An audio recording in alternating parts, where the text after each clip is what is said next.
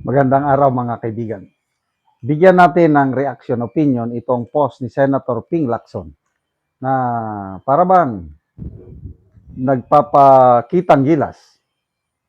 Gusto niyang imbestigahan si DPWH Secretary Vince Dizon.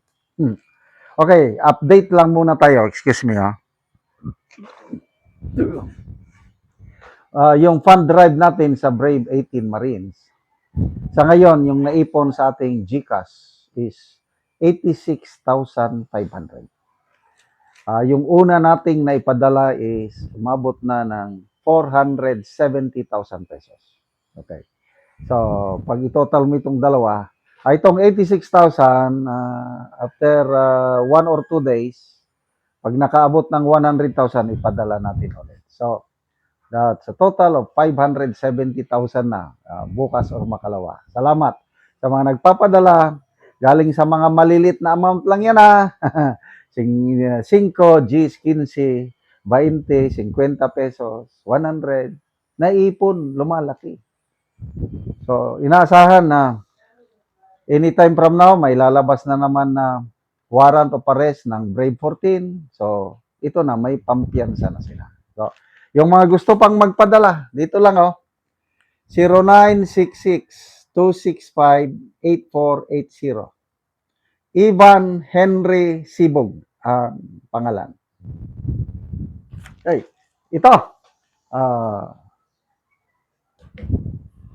Too good to be true. Post ni Senator Lacson sa kanyang official Facebook page. Sabi niya, dapat nasiyasatin ang rehabilitation at repair ng EDSA matapos muling lumitaw ang mga lubak at sira sa mga bahaging bagong ayos lamang kasunod ng mga pag-ulan at habagat. Sabi niya, for nearly a week, persistent southwest monsoon or habagat rains have drenched parts of Luzon, including Metro Manila, damaging several main thoroughfares, including recently rehabilitated sections of EDSA. Rapid deterioration of EDSA just months after completion exposes deep-seated flaws in the planning, design, construction, and management of high-cost public infrastructure projects. Tama naman. Itong sinasabi niya. There's nothing wrong with it sa kanyang sinasabi. Dapat ganyan ang gagawin. Imbestigahan. Ang tanong, may tiwala pa ba kayo kay Lacson? Yan ang problema. Yung kanyang credibility. Tingnan nyo.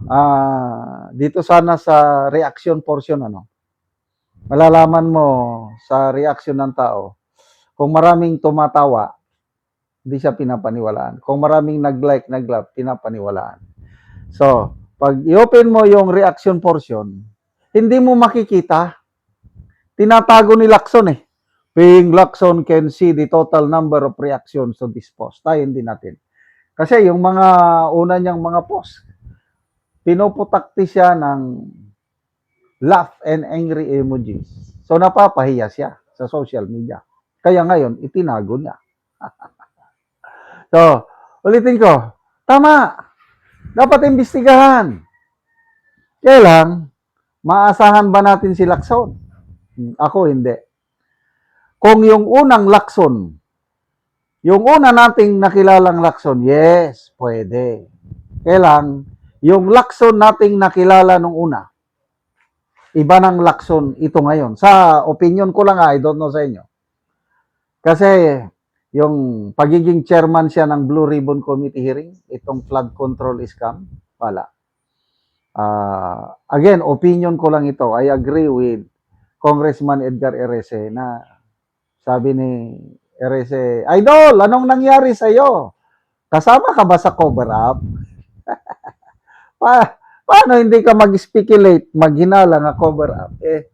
Hindi niya pinatawag yung dalawang Bersamin, si Amina Pangandaman, yung mga administrative aid ni Saldico, ang dami niyang yung PNP chief siya magaling siyang investigador.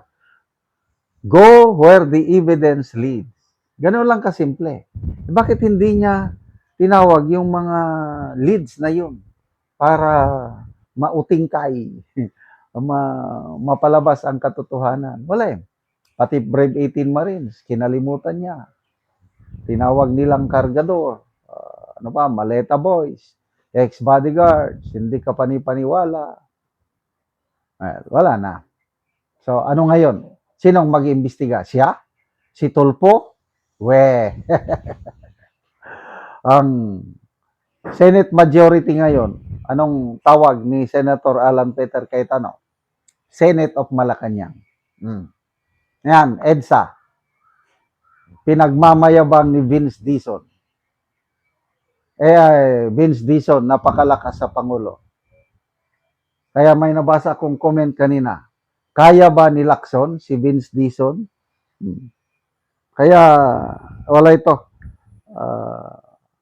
Hindi ako naniniwala. Boss, mag-welder ka na lang. Malapit taghirap dyan. Ang linis-linis ng majority. Milag, mag-imbestiga tapos whitewash na naman. Boss, dumali ka na naman. Ito na yung sabi ko. Ang tanong, kaya mo ba si Dizon? Sabi ni Ro Lorica. May bagong panglihis na naman. Panlito. So, kayang-kayang banggain ni Vince. Abangan ang susunod na kabanata.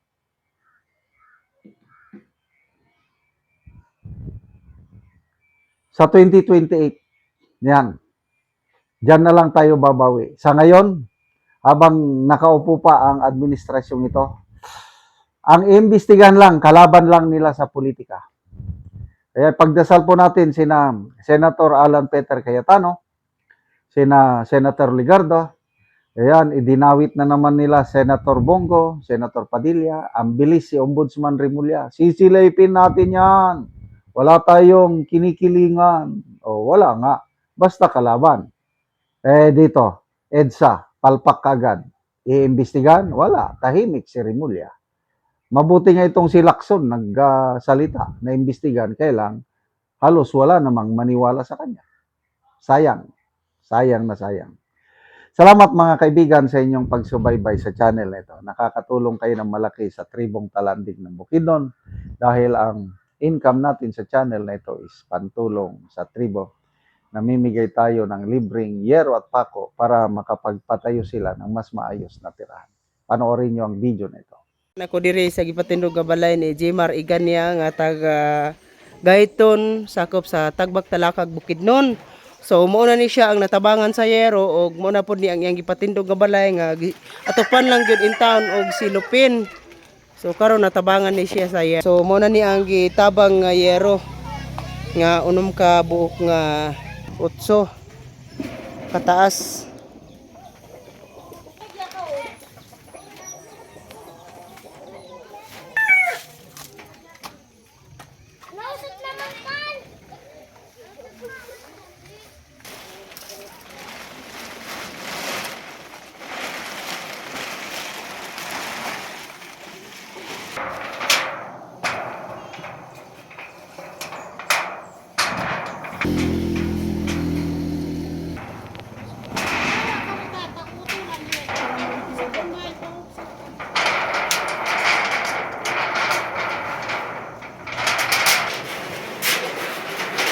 Kukulang sa trabaho ng tayo.